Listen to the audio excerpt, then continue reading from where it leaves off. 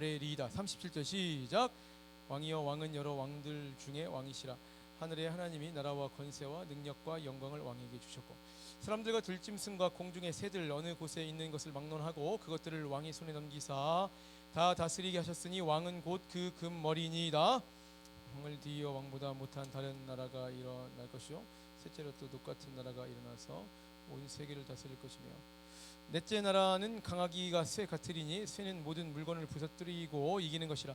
쇠가 모든 것을 부수는 것 같이 그 나라를 부서뜨리고 찌을 것이며 같이요 여러 이 시대 하늘의 하나님이 한 나라를 세우시리니 이것은 영원히 망하지도 아니할 것이요 그 국권이 다른 백성에게로 돌아가지도 아니할 것이요 도리어 이 모든 나라를 쳐서 멸망시키고 영원히 설 것이라.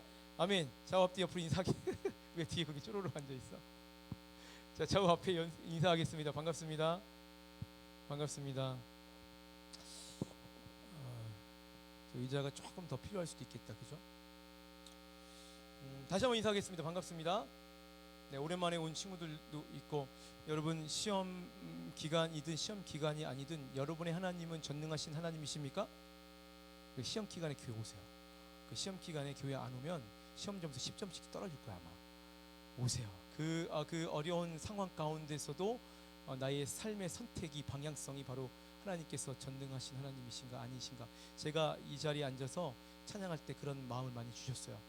전능하신 하나님이라고 고백할 만한 때에 고백하는 것은 누구나 할 수 있지만 그 하나님이 전능하신 하나님이라고 고백하지 못할 만한 때에 전능하신 하나님을 고백하고 산다면 그 얼마나 복될까. 그런 마음의 도전을 많이 주셨는데 여러분도 이 도전을 갖고 항상 사셨으면 좋겠습니다. 자, 오늘 총회 있으니까 또 빨리 한번 해보겠습니다. 자, 브로니 웨어의 내가 원하는 삶을 살았더라면 라는 책이 있는데 다음 장 넘겨보시면 이 작가가 말기 환자들이 죽어가며 무엇을 후회하는가에 대해서 기록해서 엮은 책이 내가 원하는 삶을 살았더라면 이란 책이에요. 사람들은 죽기 전에 보통 다음과 같은 5가지 후회를 한다고 합니다. 첫째, 다른 사람들이 기대하는 내가 아닌 진정한 나로 사는 용기를 못 낸 것. 그리고 두 번째, 너무나 일에 매진한 것들을 많이 후회하고 셋째, 내 감정을 솔직하게 표현하지 못한 것. 그리고 친구들과 연락을 자주 못한 것, 나 스스로를 행복하게 해주지 못한 것. 참 이상하게 명예와 돈과 권력, 우리가 보통 살면서 추구하는 것들에 대한 이야기는 1도 안 나온다는 게 특이점이죠. 자, 우리는 이 땅에 살면서 자주 바보 같은 삶의 방식을 선택을 합니다. 미래의 행복을 위해 지금을 불행하게 산다던가 굉장히 바보 같은 일이죠. 나로 못 살고 끊임없이 남 눈치 보며 스트레스 받고 아내 자식 버리고 일에 매달리다가 끝내 가정을 잃기도 합니다. 남보다 많은 돈과 권력과 명예를 얻기 위한 보통 사람들의 일반적인 선택들이잖아요. 이런 것들이 여러분도 아마 이런 삶들을 보통 살고 계실 겁니다. 그런데 그런 것들이 잘못됐다 수없이 책까지 내면서까지 말해도 결국 죽음 앞에 가야만 내가 추구했던 것, 내가 영원이라고 생각했던 모든 것들이 대다수가 헛것이었구나. 5가지 후회, 그때서야 깨닫게 되는 것이죠.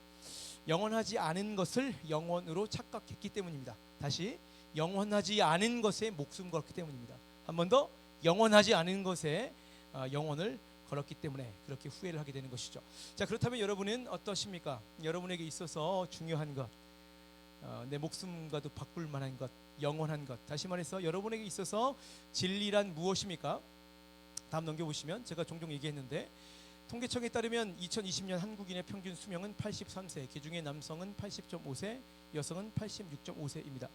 이것은 평균 수명이기 때문에 한국에 어떤 분들은 그보다 오래 살기도 하지만 반면에 우리가 최근 경험했죠.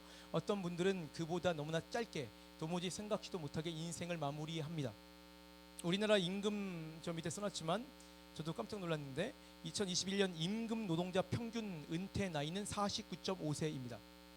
제가 6살만 더 먹으면 사회에서는 저에게 이렇게 얘기를 하는 거죠. 당신은 이제 일하기에 조금 쓸모 없어졌다.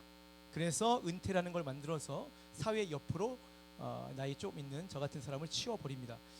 그러다가 결국 우리 모두가 가는 종착역은 죽음인 것이죠. 사실은 우리는 다 죽기 위해 사는 거예요.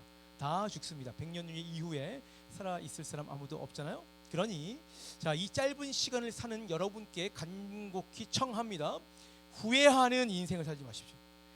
후회하는 인생을 살지 마십시오. 나중에 언젠가 시간이 되면이 아니라 지금 바로 당장 영원히 아는 것에 영혼을 투자하지 마시고, 그래서 망하지 마시고 진짜 영원을 붙들고 그 영혼에 올인하셔서, 다시 말해서 진리를 붙잡으셔서 훗날 여기 앉으신 모든 분들 죽음 앞에서도 담대하게 후회 않기를 예수님 이름으로 축원합니다. 너무 중요한 얘기죠. 요한복음 8장 32절, 진리를 알지니 진리가 너희를 자유롭게 하거든요. 근데 또 이렇게 말씀하십니다. 요한복음 14장에 예수께서 이르시되 내가 뭡니까? 곧 길이요 곧 진리요 곧 생명이니 나를 말미암지 않고는 아버지께 올 자가 없느니라. 그러니까 여러분이 죽으라 짓고 파낸 거 가지고 진리 얻을 수 없습니다. 영혼을 얻지 못하죠. 예수를 믿으나 믿지 않나 다 그거 후회하고 죽어요. 여러분 오늘 결단하십시오.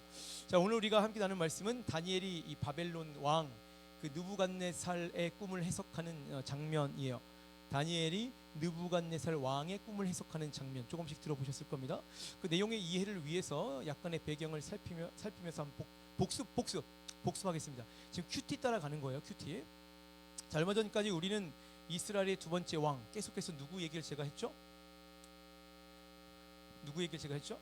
이스라엘의 첫 번째 왕은 누구예요? 사울. 두 번째 왕은 다윗 얘기를 제가 계속해서 했습니다. 다윗은 사는 게 너무나 힘들었어요. 사는 게 너무나 힘들고 너무나 지치고 절망적이었습니다. 사람들의 무시를 받고 결국 하다 못해 그렇게 하나님을 붙잡았음에도 불구하고 도망자 신세까지 전락한 것이 다윗의 인생이었잖아요. 그 인생이 망한 것입니다.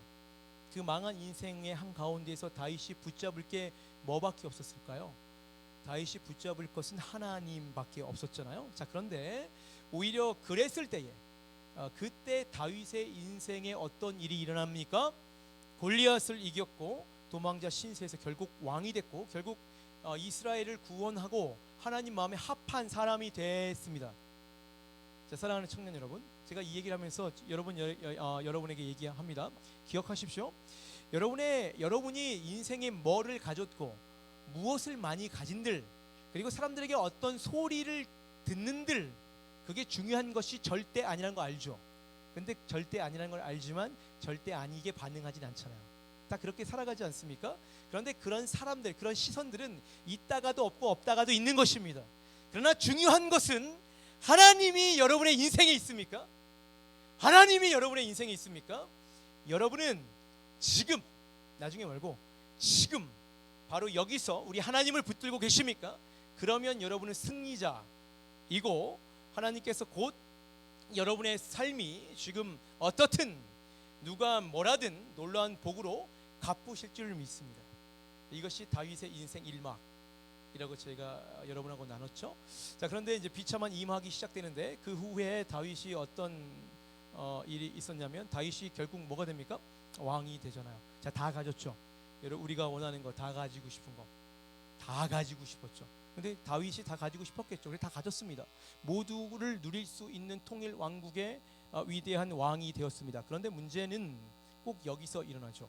제가 누차 여러분에게 말씀드렸지만 기독교는 금욕주의가 아닙니다. 하나님께서는 여러분 그 나라와 그의 의를 먼저 구하라고 하세요. 영적으로 풍성하길 원하시지만 동시에 그리하면 이 모든 것들을 너에게 더하시리라. 이 땅에서도 분명히 여러분이 가난에 찌들려 살길 원하시는 분은 아니에요. 선택적으로 하나님께서 그런 길들을 여시고 우리가 이제 가는 것뿐이지 하나님께서도 여러분 잘 되고 잘 먹고 잘 살기 원합니다. 그런데 문제는 이게 뭐가 문제냐면 그렇게 우리가 조금 살만해지면 조금 얻어먹을 게 있어지면 우리는 마치 제가 종종 소개해드렸던 조나단 에드워즈의 고백처럼 오늘 하나님을 고백하다가도 이제 먹고 살만하니까 뒤를 돌아서면 마치 토한 것을 다시 먹는 개처럼 세상을 숭배하고 질질 끌려다니는 경우가 얼마나 많은지 몰라요. 우상 숭배를 하는 것이죠. 살만하면. 다윗은 왕이 되고 평안할 때에 그냥 예루살렘에 그대로 가만히 있었다라고 기록되어 있습니다. 가만히 있었죠. 나쁜 짓을 시작한 건 아니에요. 그냥 아무것도 안 하고 가만히 있었다라고 기록합니다. 그런데 성경은 그런 다윗에게 이야기하죠. 출전하라. 거기서 머무르면 안 된다. 출전하라. 계속해서 신앙의 도전을 하라고 말하고 있습니다. 그런데 그런 도전의 메시지를 거부하고 예루살렘에 가만히 있었더니 교회에 그냥 가만히 있었는데 결국 밧세바 사건이 터지고 마는 것이죠. 자, 사랑하는 청년 여러분, 여러분의 지금 영적 상태는 어떻습니까? 왕년의 신앙, 옛날 신앙만 추억하고 산다면, 그렇게 옛날 신앙을 자꾸 말하기 시작했다면 여러분의 영성은 이미 망하기 시작했다는 것입니다. 신앙은 언제나 지금 바로 여기서 하는 것이죠. 미래의 하나님의 비전을 말하지만 지금 하나님으로 살지 않는 사람, 교회에서는 하나님을 수없이 얘기하지만 세상에서는 증인으로 살지 않는 사람, 그대로 있는 거죠. 그대로 있습니다. 그러다가 결국 여러분은 마치 다윗처럼 세상에 욕심이 막 생기실 거예요. 그렇게 가만히 있다 보면, 다윗도 처음에는 욕심이었습니다. 그냥 욕심이었습니다. 작은 욕망뿐이었죠. 그런데 욕심이 죄를 낳고 죄가 장성하여 사망까지 그를 끌고 갔습니다. 성경은 우리가 어떤 사람, 어떤 존재인지 너무나 정확하게 알고 있죠. 예측하고 있어요. 그래서 주의하라는 거죠. 주의하라, 그렇게 당부하고 있습니다. 돌아서야 되는 것이죠 라고 제가 한 달 반 정도 다윗 이야기를 쭉 했어요. 기억나시죠? 자, 그러다가 쭉 흘러서 여러분, 제가 나눠준 거 여기 뒤에 보시면 여기 연대표 제가 갖다 붙여놨는데, 이스라엘이 남과 북으로 갈라집니다. 우리나라 남과 북으로 쪼개진 것처럼 BC 930년 남과 북으로 쪼개지고, 북이스라엘은 아수르에 망하고 남유다는 그 바벨론에 망해요. 자, 북이스라엘은 이제 망하고 나서 이제 성경에 등장하지 않습니다. 남유다 가지고만 계속 얘기할 텐데, 자, 바벨론이 남유다를 쳐서 남유다를 망하게 하고 나서 옛날에 우리나라 임진왜란 뭐 그럴 때 우리나라 일본이 쳐가지고 좀 지식인들, 특히 도공들 끌고 가서 자기 나라에서 부려먹었잖아요.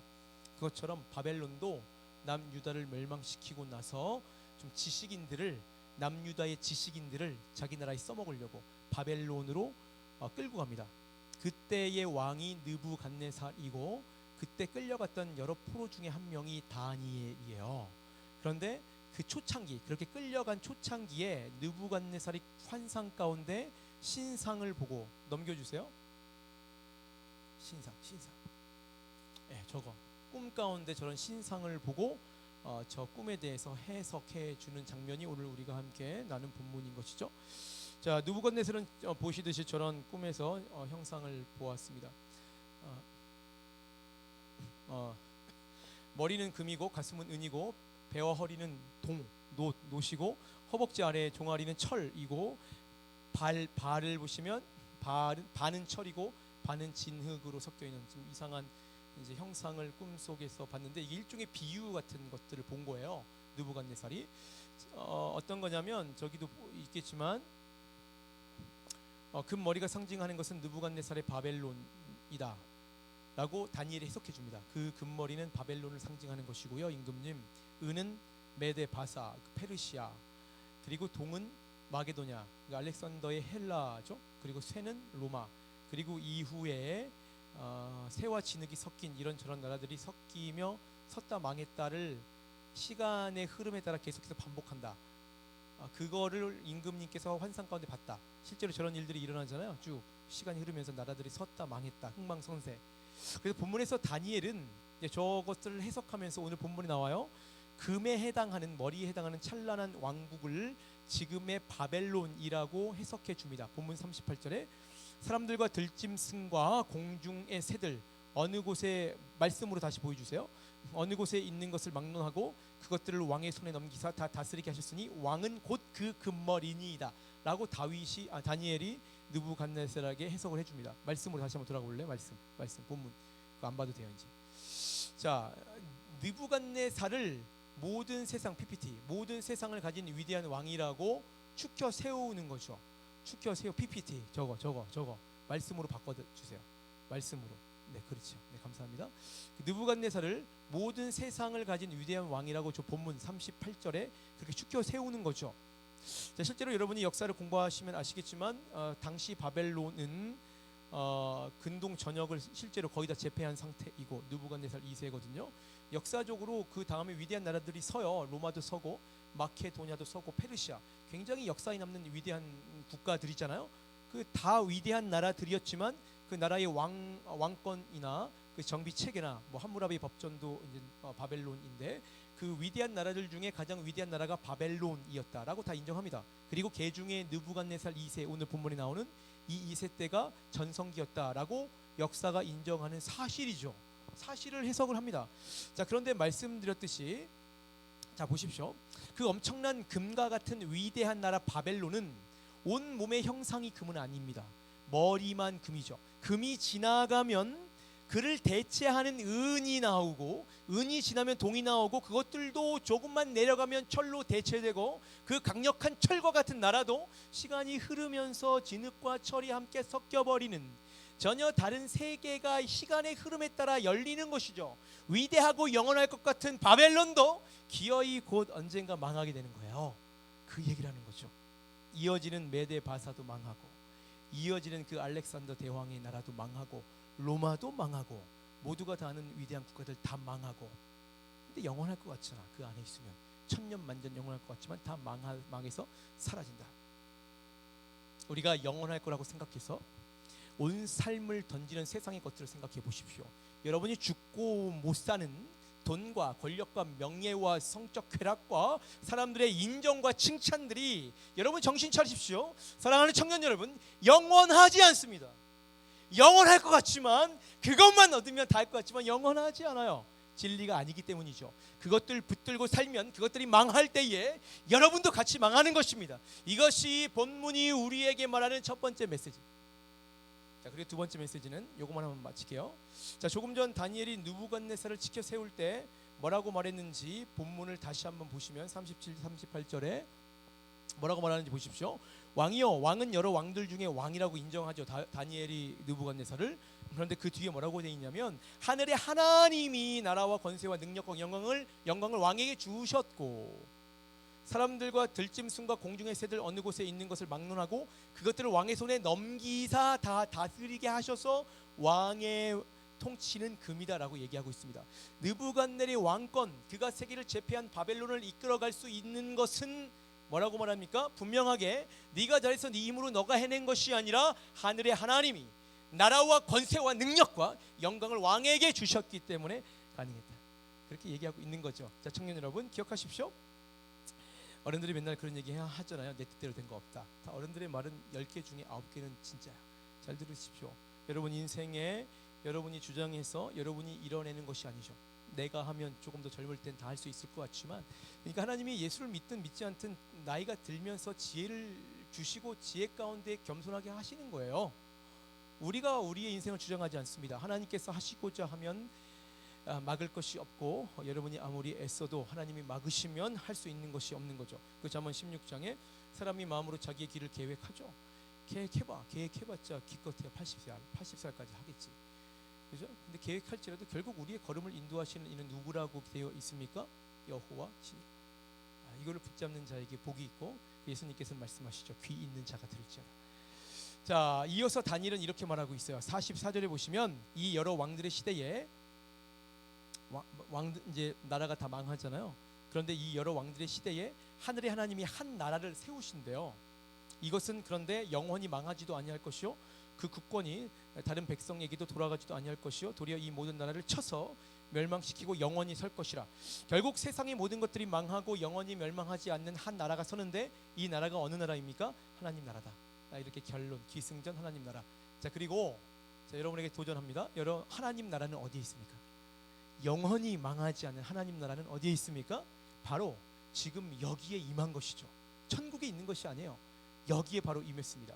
하나님 나라는 천국만이 아니고, 하나님 나라를 꿈꾸며 사는 우리, 예수를 믿어 성령의 전으로 사는 우리가 받는 그 모든 것이, 그것이 어디든 하나님 나라고, 그렇게 하나님 나라로 만들며 살라고 예수님께서 우리에게 백날 천날 강조하시죠. 사도행전 1장 8절에 오직 성령이 너에게 임하시면 너희가 권능을 받고 예루살렘과 온 유대와 사마리아와 땅끝까지 이르러 내 증인이 되리라 하시니라. 예수 믿는 우리가 뜨거운 가슴으로 예수를 외치는 바로 그곳, 예루살렘과 유다와 사마리아 온 땅끝, 그것이 바로 천국인 것이죠.